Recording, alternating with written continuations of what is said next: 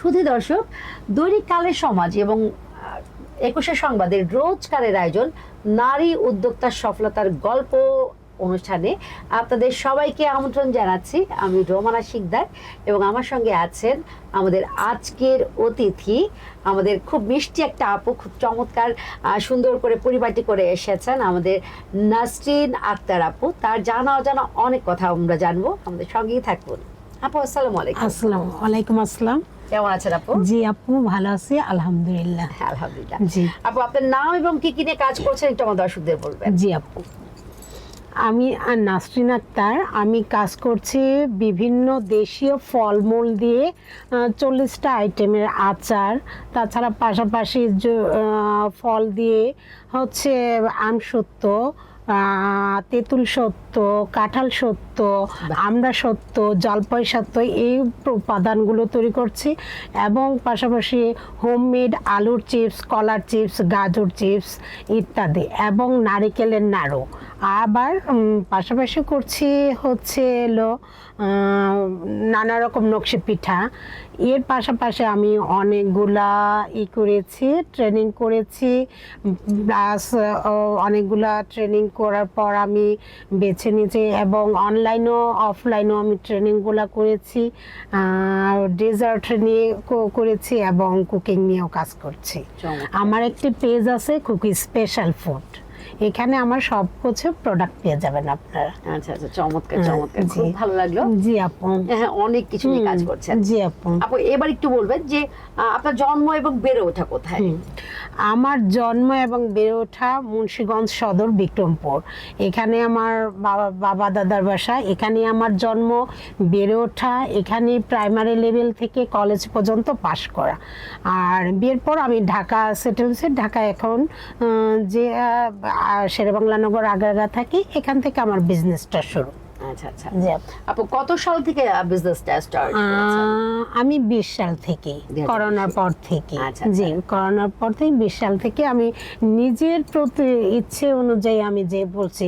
তবে ছোটবেলা থেকে আমার স্বপ্ন ছিল আমি একটা ভালো জব করব।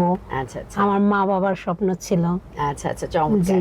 আপু, ছোটবেলার কথা যখন উঠলো, ছোটবেলায় কি আপনার মনে হতো যে আমার নিজস্ব একটা আইডেন্টিটি দরকার, সবাই আমাকে আমার নিজের নামে চিনবে?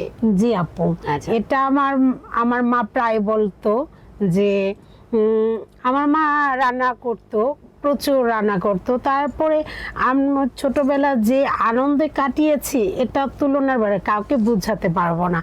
তা মা যখন রান্না করতো তখন আমার ভাই বোনদের সবাইকে নিয়ে বসতো যে আমি রান্না করি তো তোরা দেখবি যে কিভাবে। তখন রান্নার আর ছোটবেলা হাঁড়ি পাতিল খেলতাম, ওই টুকিটাকি মা যখন রান্না করতো সবজিগুলা ওগুলো কিছু নিয়ে হাঁড়ি পাতিল দিয়ে রান্না করতাম। এভাবে আমার একটা রান্নার শখ ছিল। তখন আমার মা কেন জানি হঠাৎ করে বলে উঠলো যে দেখবি তুই রান্না কর, এটা নিয়ে কাজ কর, দেখবি তো একদিন অনেক একটা মেডেল পাবি। আসলে সত্যি আমি একটি মেডেল পেয়েছি এবং অনেকগুলো আমি পুরস্কার পেয়েছি। চমৎকার চমৎকার। আপু, মেডেলের কথা যখন আসলো আমরা একটু জানতে চাই যে কি কি ক্ষেত্রে আপনি মেডেল গুলো পেয়েছেন, মানে কি কি মানে আপনি কি কোনো প্রতিযোগিতায় গিয়ে মেডেল গুলো পেয়েছিলেন নাকি? আমি বিভিন্ন প্রতিযোগিতা করি, অংশগ্রহণ করি, যেমন পিঠার প্রতিযোগিতা, রান্নার প্রতিযোগিতা যাই। তবে আমি একটা এমনি তো প্রেস পাই ওই যে এইভাবে। তবে ICI থেকে যখন কোর্সটা করলাম তখন শেফ ডেতে আমাকে একটা মেডেল পেয়েছি। তখন যতই আমার কাছে ক্ষুদ্র হোক, আমার কাছে মনে হয়েছে কি না আমি অনেক বড় পেয়েছি। এই মনে হয় আমি মেডেলটা পেলাম আমার মার জন্য, যে মা বলেছিল আমি একটা মেডেল পাবো। আর এইভাবে আমি ওই যে প্রতিযোগিতায় যাই তখন একটু হয়তো প্রেস পাই, এই পাই। এই রান্নার প্রতিযোগিতাগুলোতে আমি অংশগ্রহণ করি। আচ্ছা জি আপু, আপনি কোথায় কোথায় মানে আপনি প্রশিক্ষণগুলো নিয়েছেন?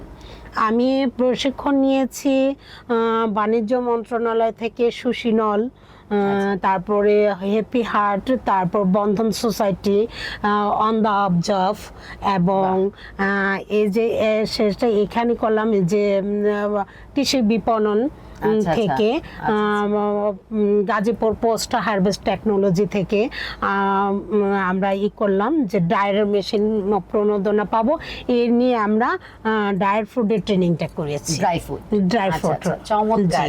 মানে আপনি অনেক প্রশিক্ষণ নিয়েছেন। হ্যাঁ, অনেক প্রশিক্ষণ, ছোট ছোট একদিন 2 দিনের ওয়ার্কশপ গুলো করেছি, প্লাস এই সরকারি ট্রেনিং গুলো যখন আসে অবশ্যই আমি করি।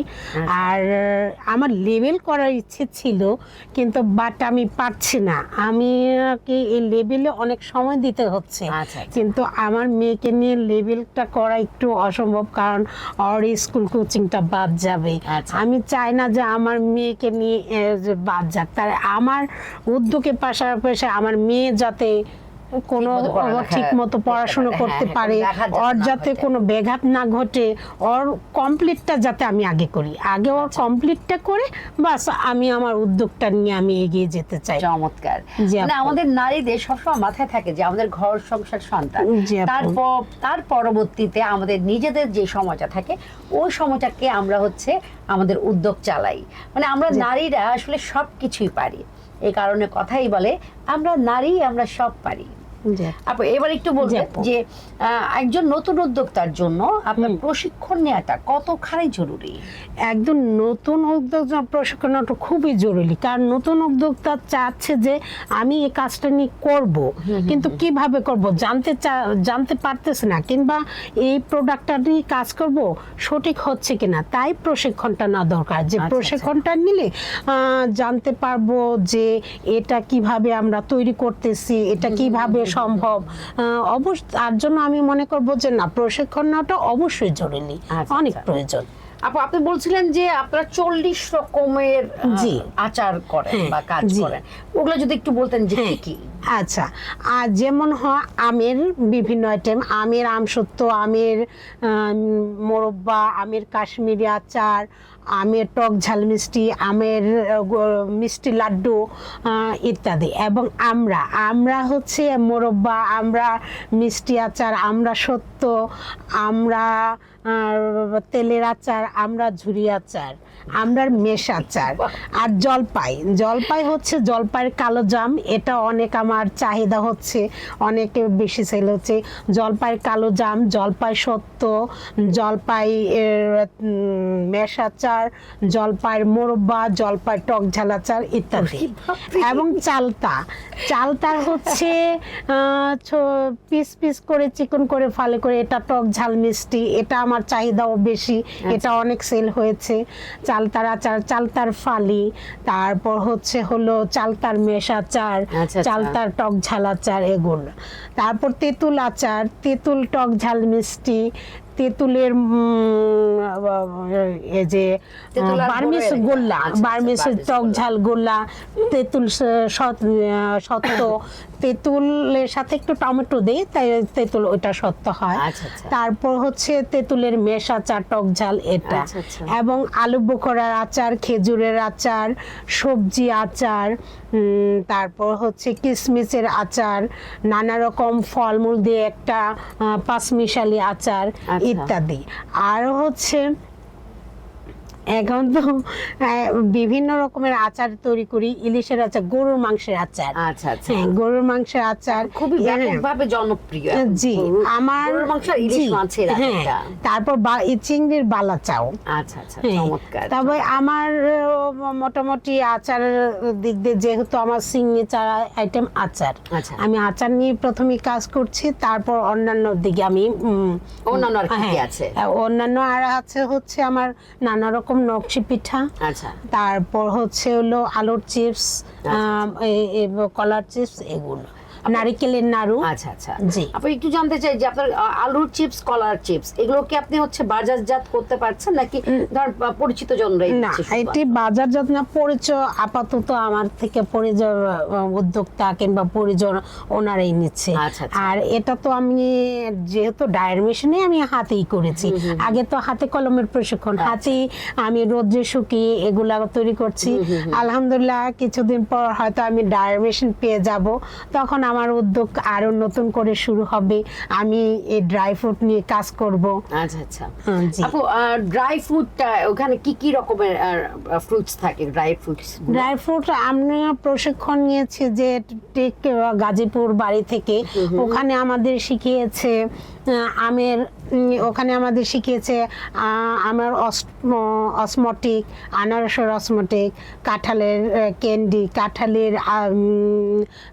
অসমটিক, তারপর হচ্ছে আনারসের পোমেস লাড্ডু, এগুলো আমার এগুলো ড্রাই ফ্রুট। আচ্ছা আচ্ছা আপনাদের এই ড্রাই ফ্রুটস যেগুলো করেন এগুলো কি দেশের বাইরে এখনো গিয়েছে কোথাও নাকি? না, আমারটা এখনো দেশের বাইরে যায় না, তবে আমার আচারগুলো দেশের বাইরে গিয়েছে। আচ্ছা আমার আচারগুলো ইউকেতে গেছে, দুবাই গেছে, ইতালি গেছে, ইংল্যান্ড গেছে, ফ্রান্স গেছে।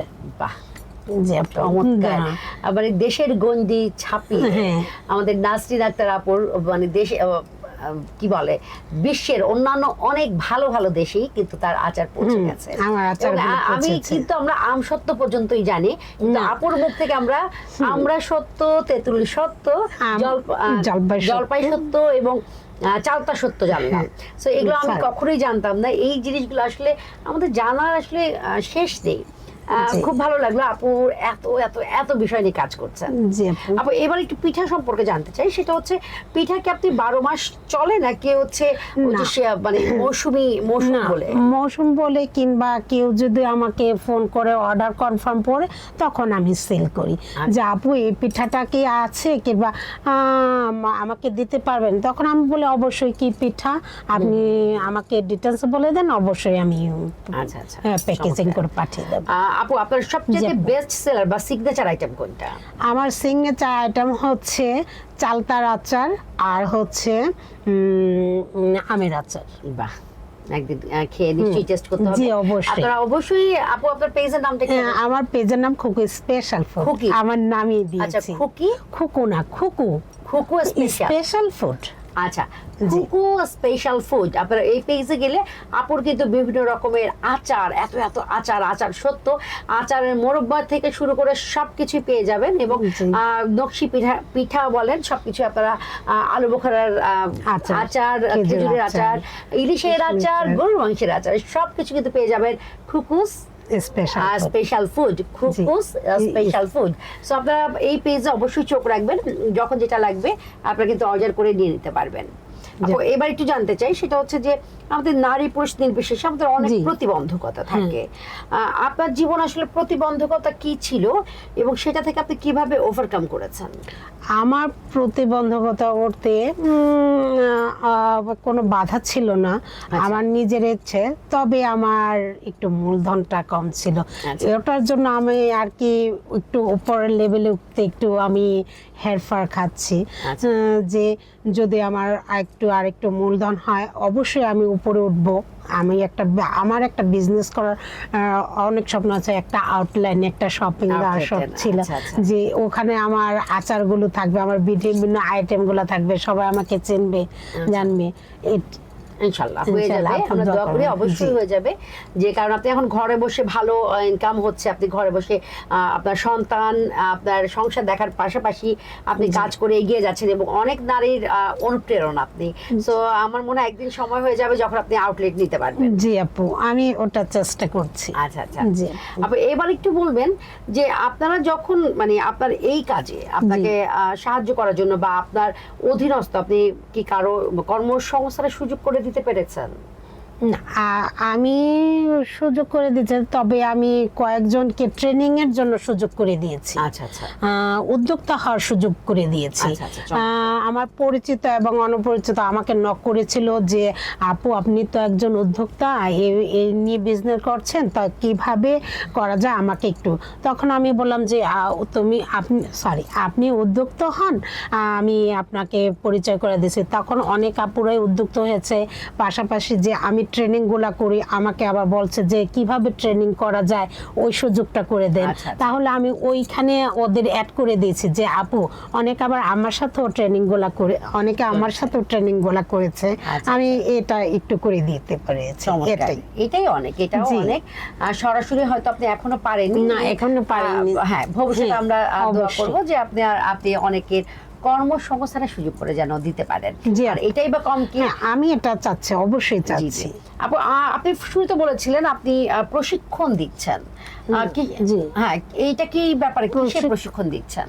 প্রশিক্ষণ দিচ্ছি মানে যে একটা বলেছেন প্রশিক্ষক। কি? হ্যাঁ, হ্যাঁ, প্রশিক্ষক, হ্যাঁ। প্রশিক্ষক হচ্ছে হলো এই যে আমি যে ড্রাই ফ্রুট নিয়ে কাজ করব, এটার আমি উদ্যোক্তা 4 জন উদ্যোক্তা আমি আমার সাথে যুক্ত করেছি, ওনাদের নিয়ে আমি প্রশিক্ষণ নিয়ে কাজ করব। আর পাশাপাশি আমি খুঁজছি যে যদি আমি ট্রেনার হিসেবে আচার নিয়ে ট্রেনিং করতে পারি, এটার প্রশিক্ষণ আর কি চাচ্ছি। আচ্ছা, আচ্ছা, মানে আপনি চাচ্ছেন যে আচার নিয়ে আপনি প্রশিক্ষণ দিবেন, হ্যাঁ, স্টুডেন্ট হ্যাঁ, যাচ্ছেন। এই student হ্যাঁ, আচ্ছা, যাচ্ছি। আচ্ছা। আপনারা কেউ যদি হচ্ছে আমাদের আপুর কাছে, নাসরিন আপুর কাছে যদি আচারের কাজ শিখতে চান, আপনারা কিন্তু আপুর সঙ্গে যোগাযোগ করতে পারেন।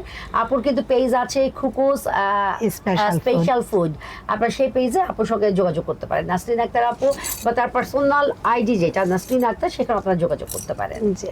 আপু এবার একটু বলবেন যে আমরা তো আসলে ঘরে কাজ করতে গিয়ে জি। অনেক সময় গুনগুন করে গান হ্যাঁ। করি, কেউ কবিতা বলে, অনেক কিছু বলে, আপনি আসলে কোনটা করেন? আমি আসলে ছোটবেলা থেকে আমার অনেক ইচ্ছে ছিল, যতটুকু পারছি আমি অতটুকু নিজের মধ্যেই প্রতিভা করছি। আচ্ছা, আচ্ছা। হ্যাঁ, গুনগুন করে গান গাই, মেয়েকেও ছড়া গানগুলো শেখাই।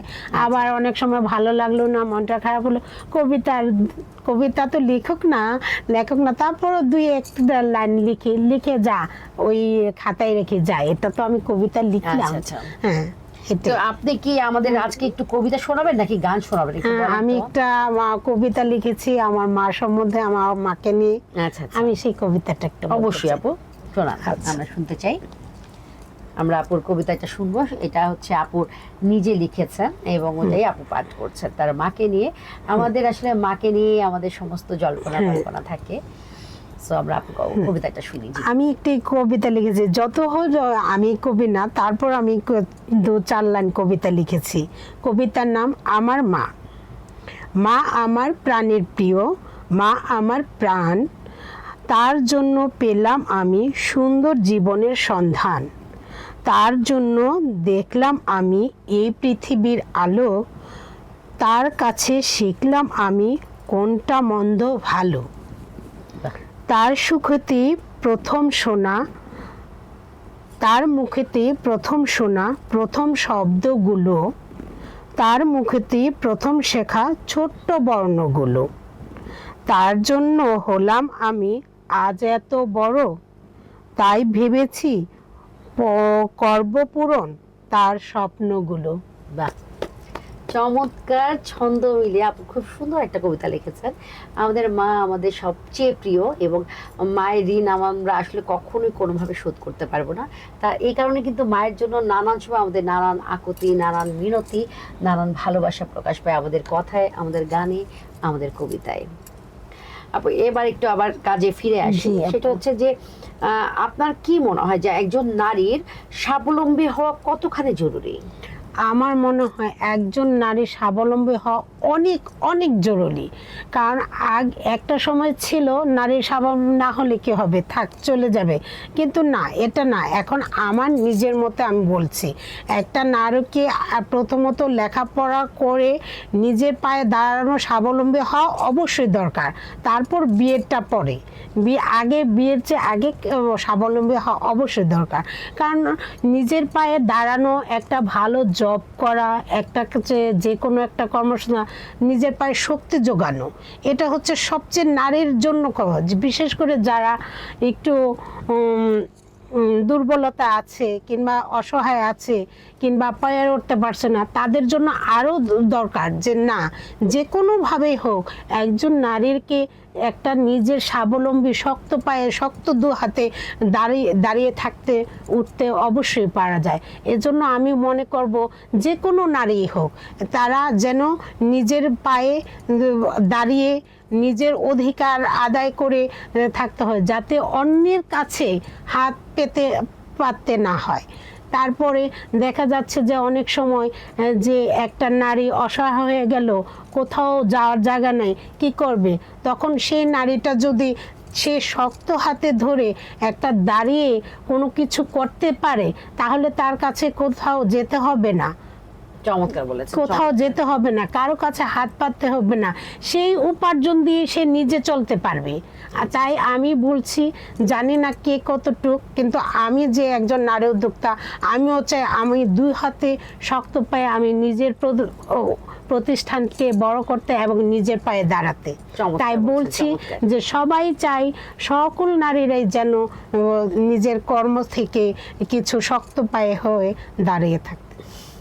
চমৎকার বলেছেন আপু। এবার শেষের দিকে, একদমই শেষের দিকে ঝটপট উত্তর দিবেন। সেটা হচ্ছে যে আপনি কি মেলা করেছেন?